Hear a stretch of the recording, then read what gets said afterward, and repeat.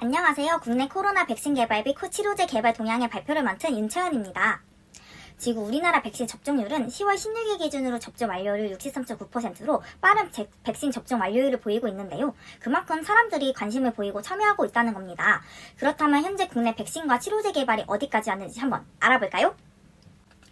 우리나라는 백신을 만드는 다양한 방법 중 4가지를 채택하여 백신을 개발하고 있습니다. 먼저 DNA 백신, mRNA 백신과 같은 핵산 백신입니다. 이들은 병원체 항원에 해당하는 정보를 담고 있는 유전물질을 전달하는 방식을 사용합니다. 백신 투여를 통해 유전물질 정보가 인체로 주입되게 되면 세포 안에서 병원체의 항원 단백질로 합성되는데 병원체의 단백질을 만들기 위한 성유도 역할을 하는 겁니다. 여기서 궁금한 점, DNA 백신과 mRNA 백신 차이점은? DNA 백신은 세포 안으로 들어가서 mRNA로 전사되는 과정이 필요한데 신체 내에서 과정 자체를 생략하게 만들어준 것이 mRNA 백신입니다. 모두 이해가 되셨을까요? 국내에서는 진원생명과학, 제넥신, 이노비오, 국제백신연구소가 이 방법을 채택하여 임상 단계에 이르고 있습니다. 두 번째로는 바이러스 벡터 백신입니다. 바이러스 벡터 백신은 병원체의 항원 유전 정보를 병원체와는 다른 종류의 아데노바이러스 혹은 렌티바이러스의 껍질로 포장하여 전달하는 방식으로 면역 반응을 윤회화합니다. 국내에서는 셀리드 LG화학이 이 방법을 채택하여 임상을 진행하고 있습니다.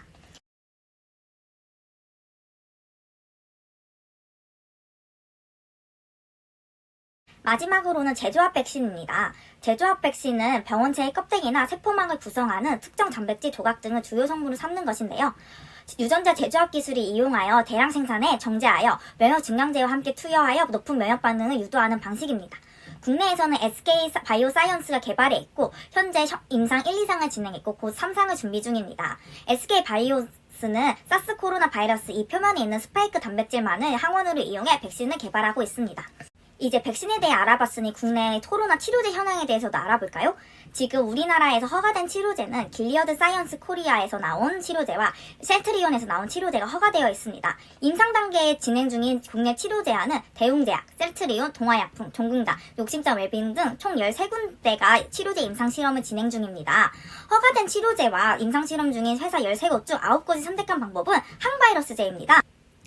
항바이러스제는 우리 몸속으로 유입된 바이러스를 감염을 차단시키기 위해 바이러스를 제거하거나 작용을 약화시키는 방법입니다. 바이러스의 감염 과정을 살펴보면 사람 몸속으로 유입된 바이러스가 세포 표면에 있는 수용체를 통해 세포 안으로 침투하고 세포 안에서 많은 수의 바이러스를 만들어내고 새롭게 만들어진 바이러스는 세포 밖으로 다시 나와 다른 세포에 침투하는 동일한 과정을 반복합니다. 현재 개발되고 있는 항바이러스제는 이러한 과정 중 바이러스가 세포 안으로 침투하는 경로를 막거나 세포 안에서 유전물질을 만드는 증식 과정을 차단함으로써 효과를 나타내고 있습니다. 국내 코로나 백신과 치료제 개발 현황에 대해서 잠깐 알아보았는데요. 제가 앞서 임상 몇 단계에 있다고 계속 표현했는데 임상 단계는 새로운 백신 치료제가 개발되기 위해서는 꼭 필요한 단계입니다. 그렇다면 우리 그것들에 대해서 알아보러 갈까요?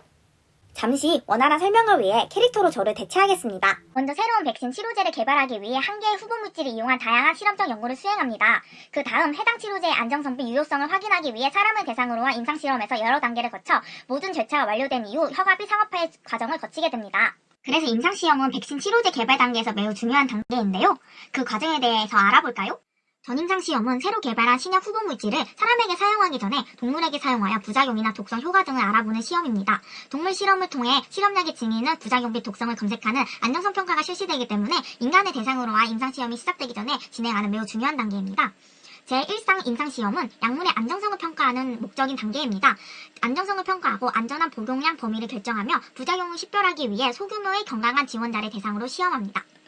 제2상시험은 임상시험용 의약품이 기대된 작용 기전에 따라 작용되는지 검토하고 의약품의 사용에 있어서 최적 용량과 투약 방법을 분석하는 단계입니다.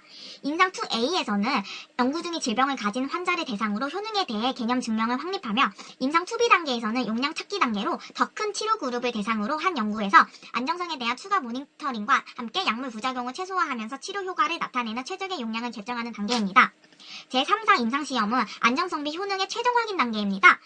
연구자는 후보 의약품의 안정성과 유효성 및 전체적인 베네핏 리스크 관계에 대한 통계적 데이터를 만들기 위해서 대규모로 환자를 대상으로 하는 시험입니다.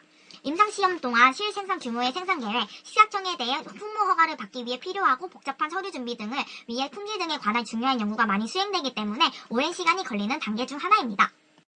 임상 매 단계의 승인을 받고 통과해야 하기 때문에 새로운 의약품들이 나오는 데는 오랜 시간이 걸립니다. 하지만 긴급 상황일 때 빠르게 출시할 수 있는 제도가 있는데요. 그게 바로 긴급 사용 승인 제도입니다. 긴급 사용 승인은 FDA의 정식 임상 절차를 마치지 않은 약이나 의료기기가 일정 기간을 충족하면 빠르게 사용할 수 있도록 승인하는 제도로 미국 식품의약품 화장품법에 근거하여 중대하거나 생명에 관련된 직면 또는 상태를 진단 치료 예방하기 위해 의약품 의료기기가 긴급히 필요한 경우에만 적용됩니다. 이렇게 국내 백신과 치료제 개발 현황에 대해 알아보고 더 나아가 임상시험과 긴급 사용 승인에 대해서 알아보았는데요. 여러분께 많은 도움이 되는 영상이 되었으면 좋겠습니다. 모두들 감사하고 건강하세요. 안녕!